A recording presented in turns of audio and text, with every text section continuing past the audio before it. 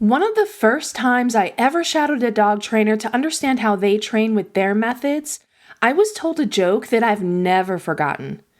What is the one thing that two dog trainers can agree on? And the answer is, they can agree on what the third dog trainer is doing wrong.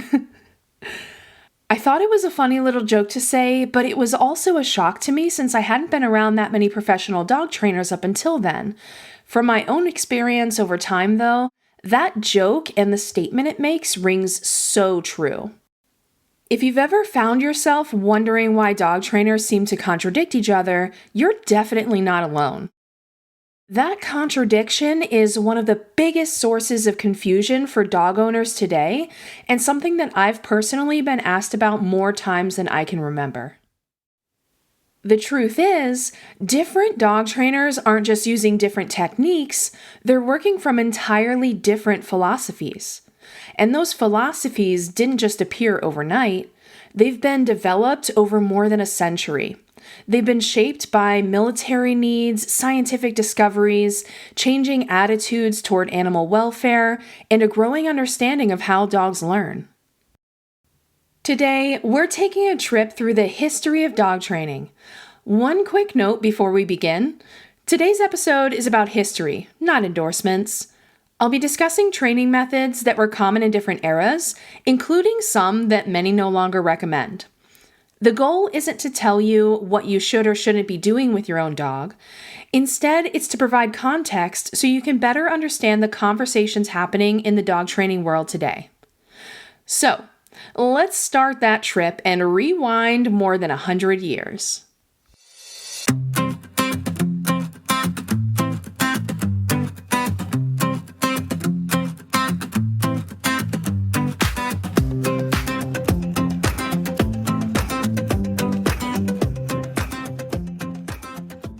When we think about dogs today, most of us picture family members. They're sleeping on our couches, they're going on vacations with us, some have birthday parties or adoption days we celebrate, some even have their own social media accounts. But if you traveled back to the late 1800s, dogs had a very different role. Most dogs had jobs. They herded livestock, they protected homes, they hunted, they pulled carts.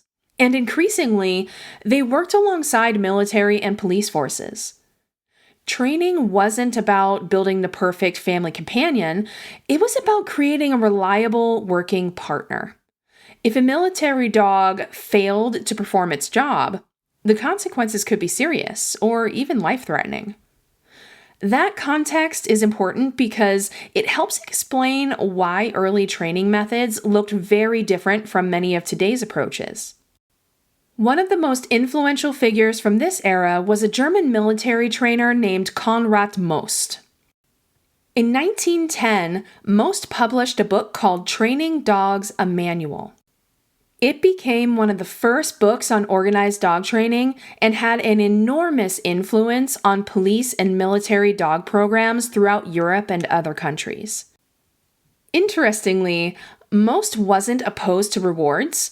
He recognized that praise and encouragement had value, but his overall philosophy placed a heavy emphasis on obedience, repetition, and correction. The thinking at the time was fairly straightforward. If the dog understood the command but chose not to comply, the trainer should apply a consequence. It's worth noting that this approach reflected the knowledge and priorities of the era. Behavioral science was still in its infancy, and many trainers relied primarily on experience rather than controlled scientific research. But around that same time, science was about to change everything. Even people who've never owned a dog have probably heard of Pavlov's dogs. What's funny is that Pavlov wasn't actually trying to improve dog training. He was a Russian physiologist studying digestion. Around the turn of the 20th century, Pavlov noticed something fascinating. His dogs didn't just salivate when food arrived. Eventually, they started salivating when they heard the footsteps of the person bringing the food, or even when they heard a bell that had been repeatedly paired with feeding. The dogs had learned that one event predicted another. The bell itself didn't make them hungry. The bell had become meaningful because it consistently predicted food. This process became known as classical conditioning, and here's why that's important. Dogs are constantly making associations. If every car ride ends at the veterinarian, many dogs start to get nervous as soon as they see the car.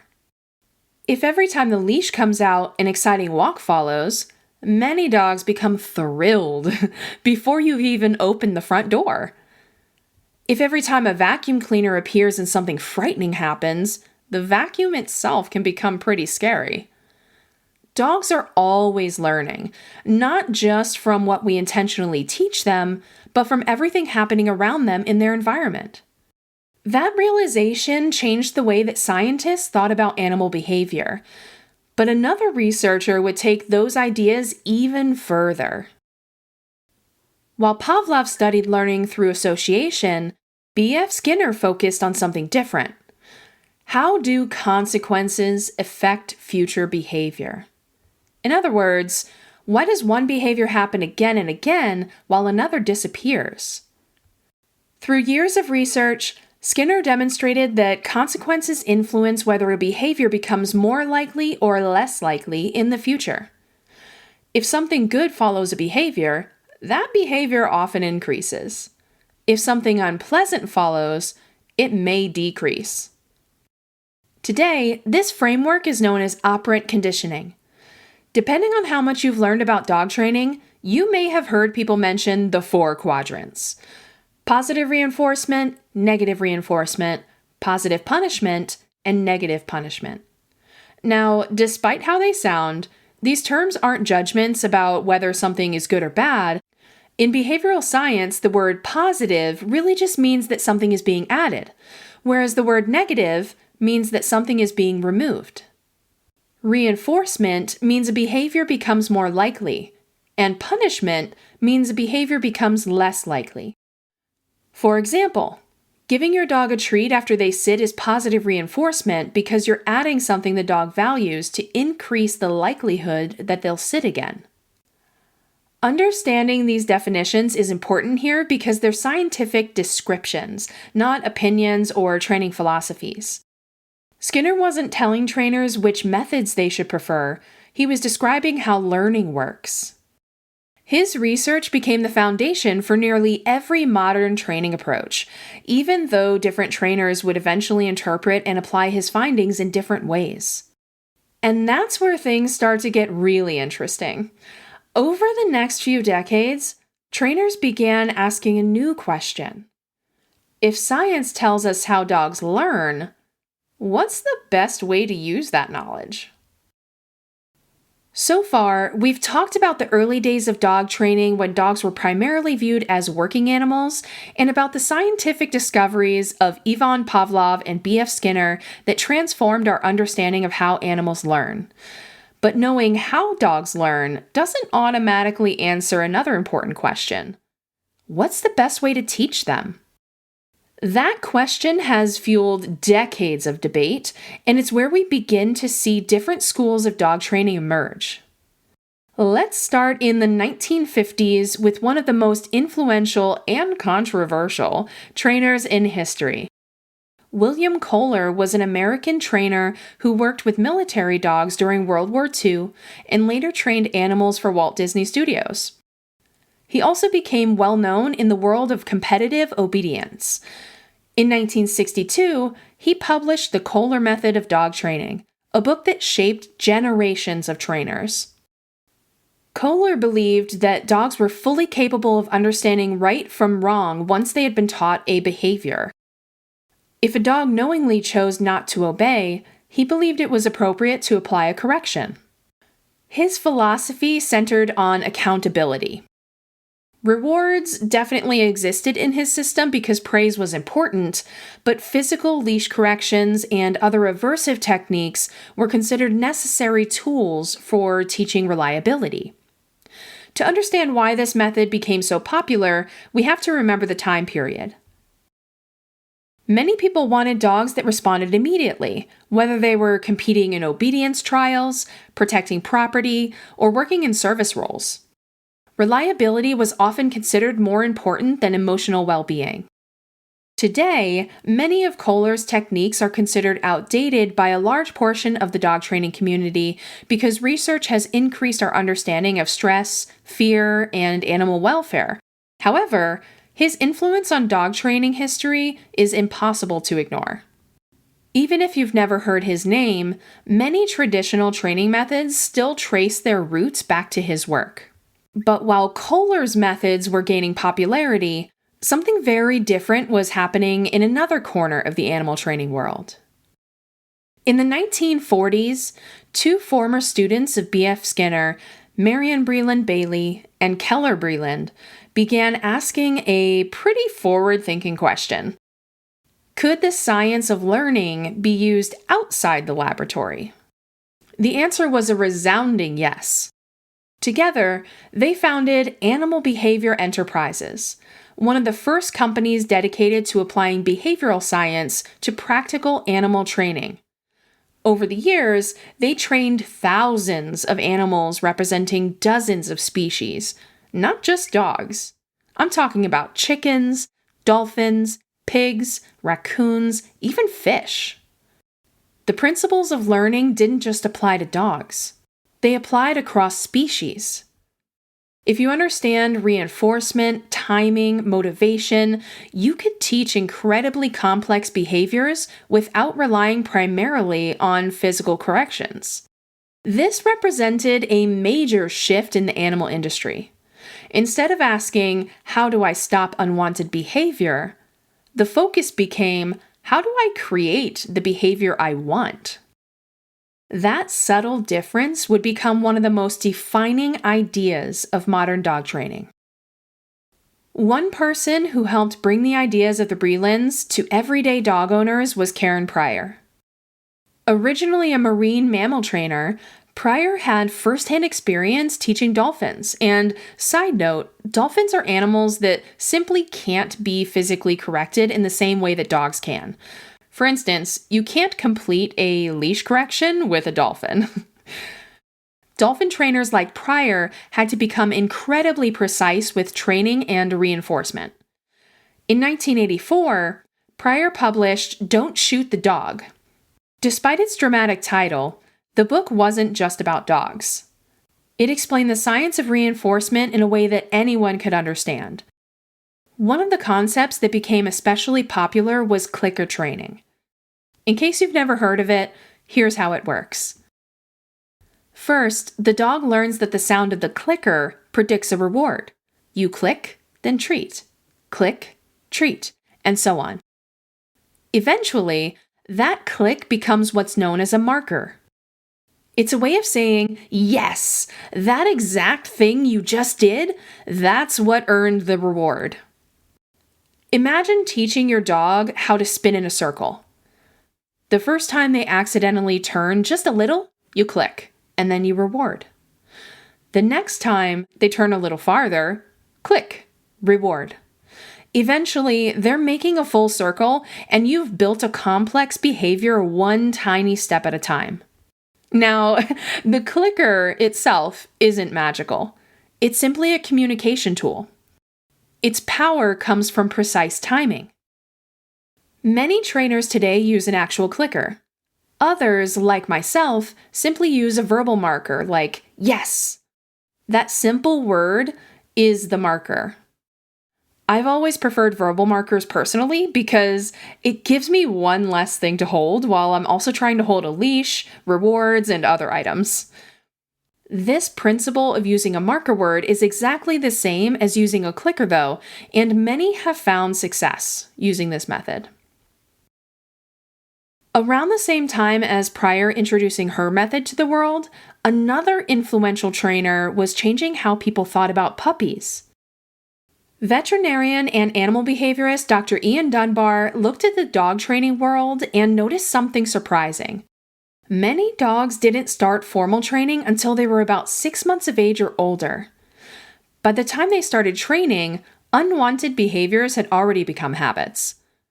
Instead of waiting for problems to develop, Dunbar encouraged owners to begin much sooner. He promoted puppy classes, early socialization, bite inhibition, and teaching appropriate behaviors during the critical developmental months. Rather than spending years fixing behavioral problems, why not prevent many of them from developing in the first place? Today, that idea seems almost obvious. Most veterinarians, trainers, and behavioral professionals encourage early positive socialization and age-appropriate training. But decades ago, this represented a significant change in thinking. Instead of viewing training as something that began after a dog matured, it became something that started almost the moment a puppy came home. By the 1980s, dog training had entered a rather mixed period. Traditional correction-based methods were still widely used. At the same time, reinforcement-based training was rapidly gaining momentum. Scientific research was expanding, animal welfare became a larger part of the conversation, and dog owners were beginning to ask not only, does my method work, but also, how does this method affect my dog's well-being? Those questions continue to shape dog training today. That's where we'll pick up next. We'll look at the training philosophies that have emerged over the last few decades, from force-free training and balance training to relationship-based approaches, LIMA, and the growing emphasis on evidence-based practices.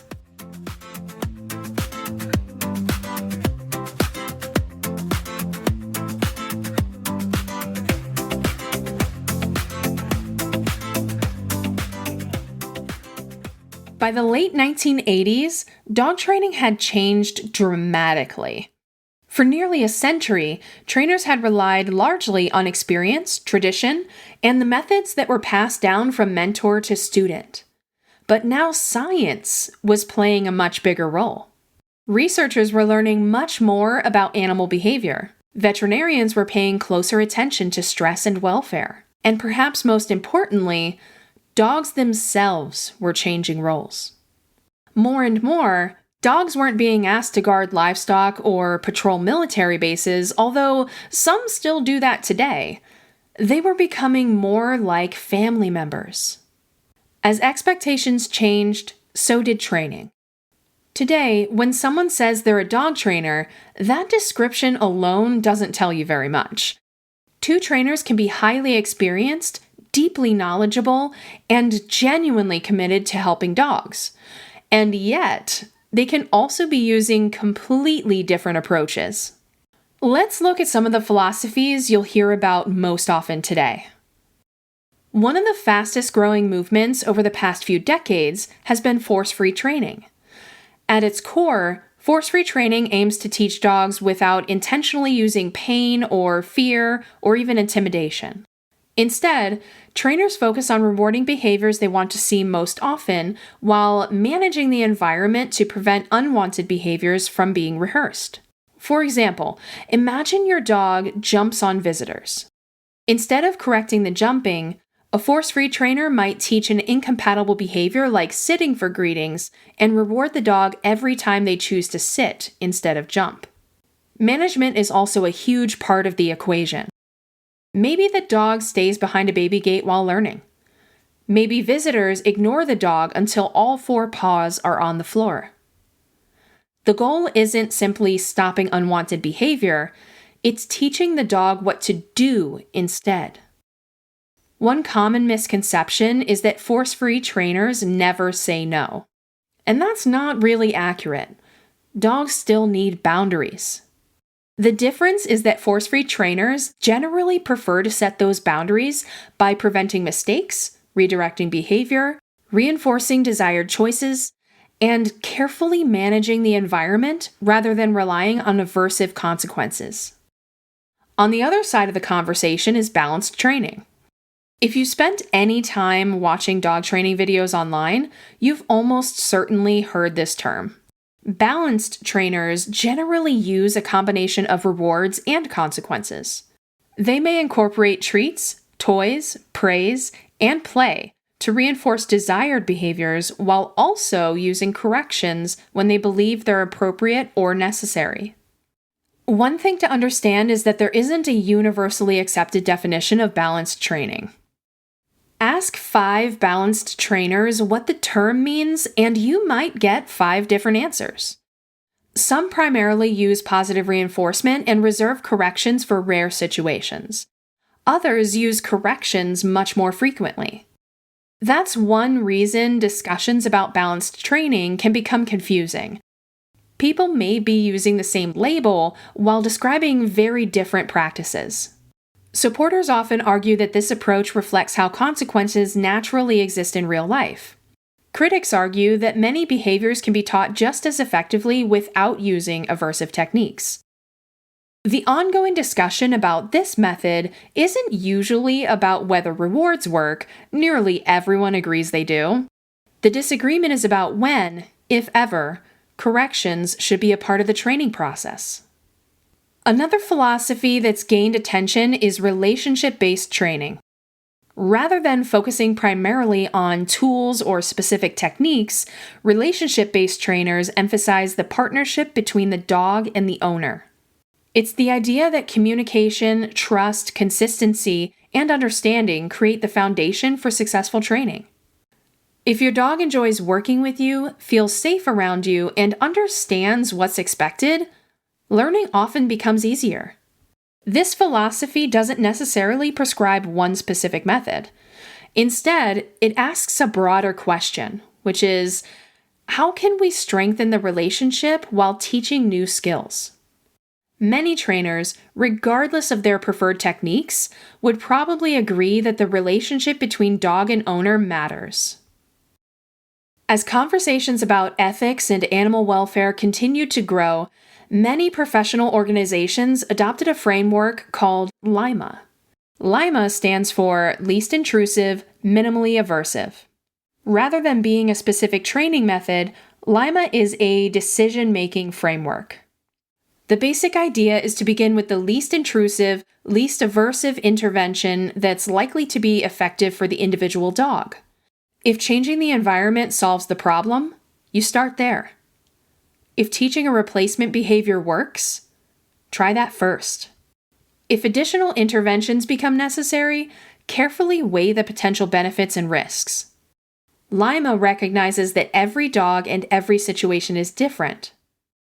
It encourages trainers to make thoughtful, evidence-based decisions rather than automatically reaching for one particular tool or technique. Perhaps the biggest shift over the past 20 years has been the growing emphasis on evidence-based training. Instead of relying solely on tradition or personal experience, many modern trainers look to scientific research when evaluating methods. And that's important because our understanding of dogs continues to evolve. Researchers are learning more about canine cognition, emotions, stress, learning, communication, and even how genetics influence behavior. Evidence-based trainers don't necessarily use identical techniques, but they share a commitment to asking questions. What does the current research suggest? What works? What minimizes unnecessary stress? How can we continue improving as new information becomes available? It's worth remembering that science isn't static. Good trainers, regardless of their philosophy, continue learning throughout their careers. At this point, you might be wondering, so who's right? The truth is, that's not always a simple question. Some debates involve ethics.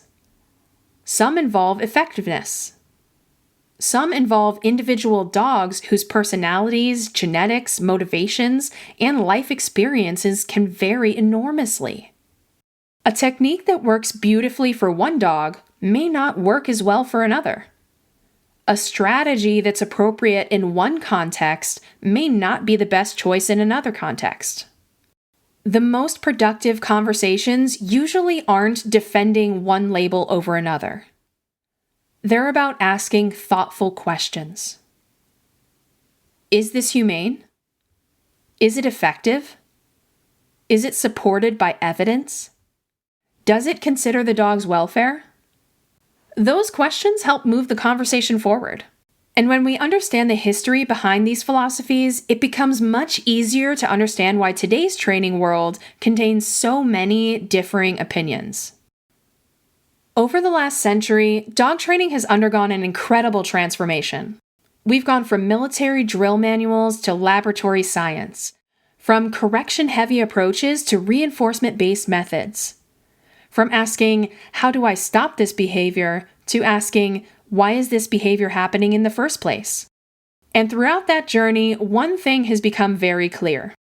Dog training isn't static, just like science. It's constantly evolving. That's one of the reasons you'll still hear passionate disagreements today. Sometimes those disagreements are rooted in ethics. Sometimes they're rooted in science. Sometimes they're rooted in personal experience.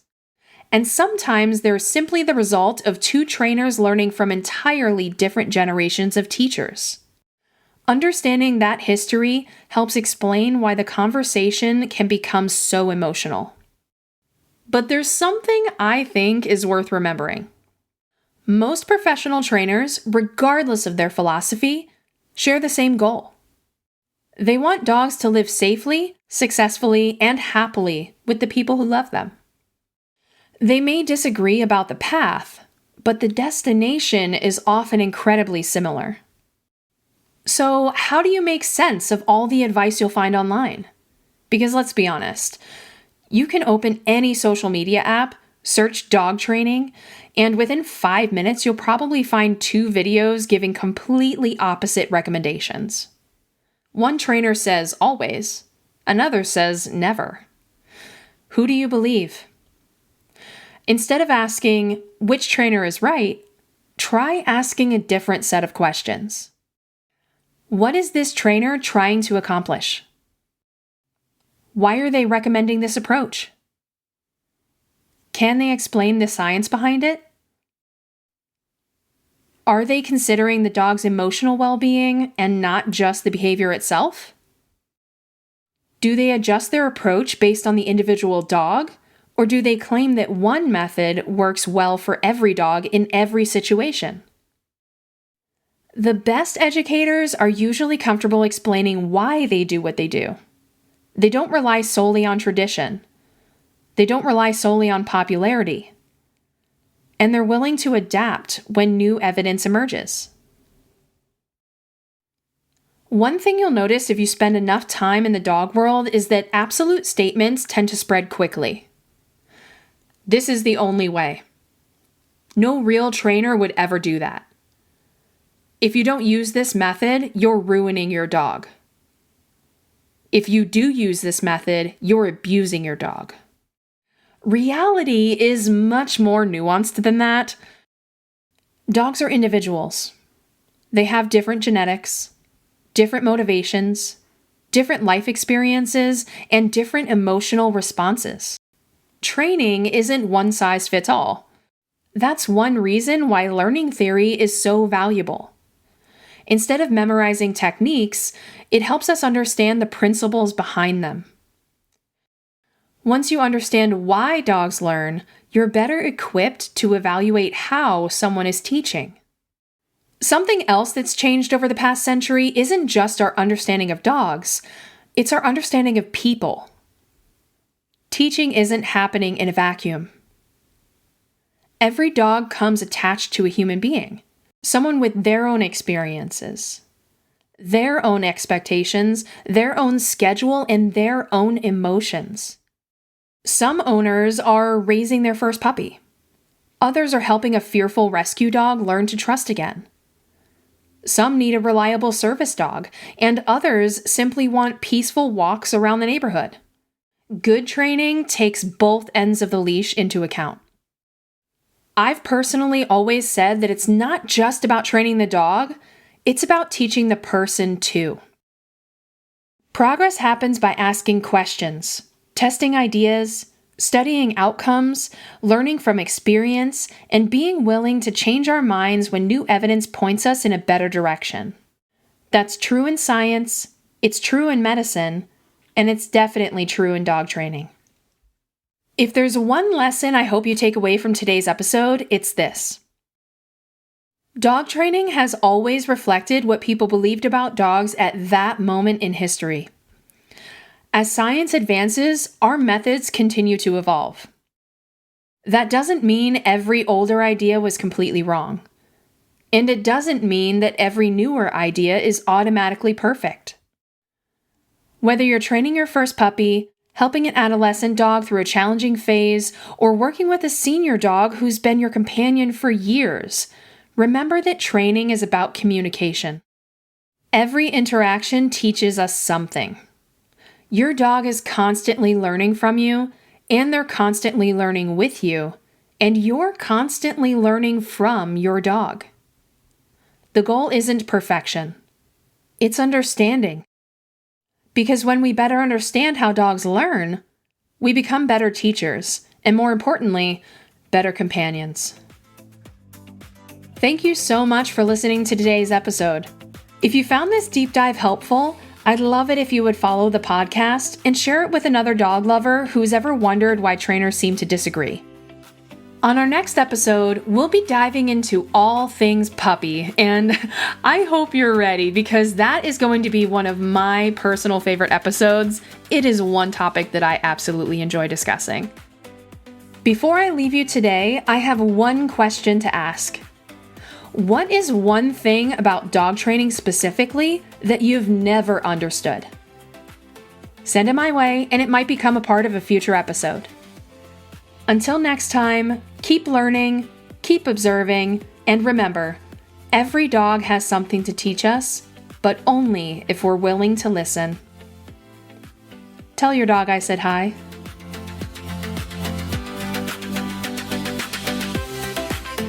The information in this podcast is for educational purposes only and is not a substitute for veterinary or professional behavioral advice.